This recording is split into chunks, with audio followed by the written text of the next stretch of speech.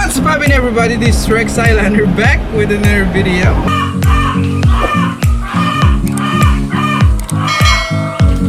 Ngayong umaga po share ko lamang dahil kami po ay bibili ng muscovy duck or yung mga bibe na kinakaldereta karaniwan dito sa amin. So yeah, meron akong cages.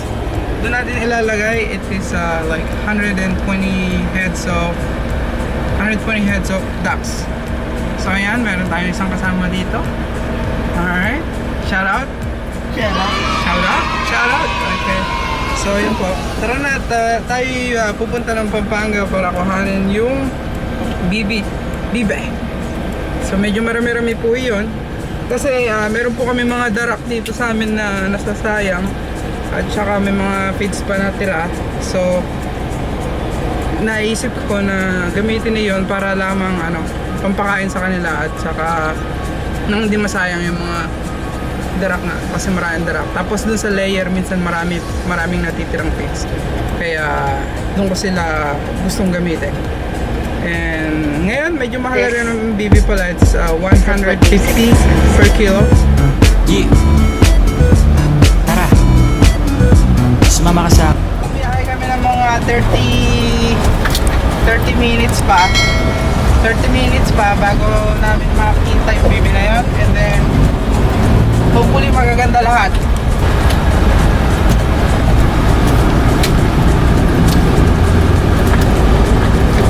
Alright, let's get it!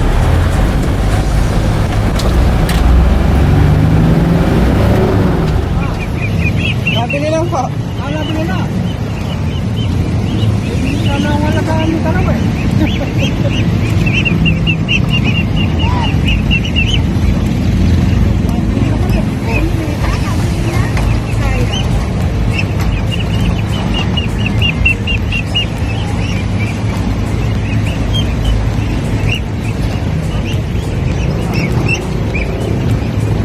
Kasi yata sa isang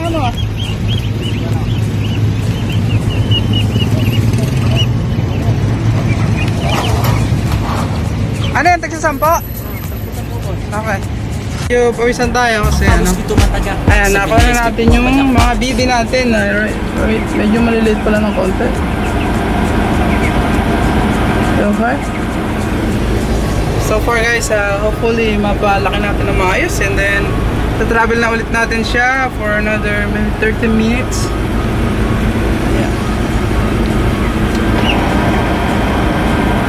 Lagyan natin sa isang kulungan din.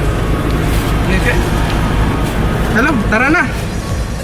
Ayan silang lahat.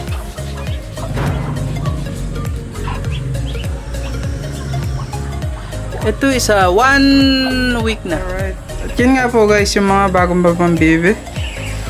Ayan, hindi mo sila ganun kalaki pero at least may mapagagamitan na yung mga darak namin sa mga sobrang fit sa layer na nabubulok minsan kasi ayaw nilang kainin yung luma na feeds. So ayan, muda mo na kangkong namin, may mapagagamitan na kasi gustong gusto ng mga BIBE. Ayan. Oh, kain.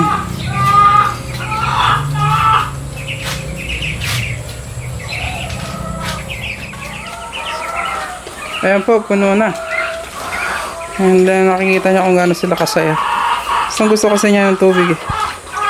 Pam pam pam, param param. A duck walked up to a lemonade stand and he said to the man, run in the stand. Hey, pam pam pam, got any grapes? The man said no, we just sell lemonade, but it's cold and it's fresh and it's all homemade. Can I get you a glass? The duck said, I'll pass.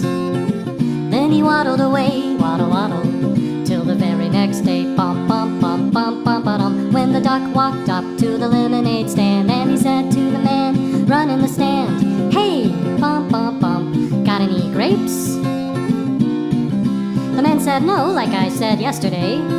We just sell lemonade, okay? Why not give it a try? The duck said goodbye. Then he waddled away, waddle waddle. Then he waddled away, waddle waddle. Then he waddled away, waddle waddle, till the very next day. Bum bum bum bum bum bum. When the the duck walked up to the lemonade stand, and he said to the man, run in the stand, hey, bum, bum, bum, got any grapes? The man said, look, this is getting old. I mean, lemonade's all we've ever sold. Why not give it a go? The duck said, how about no?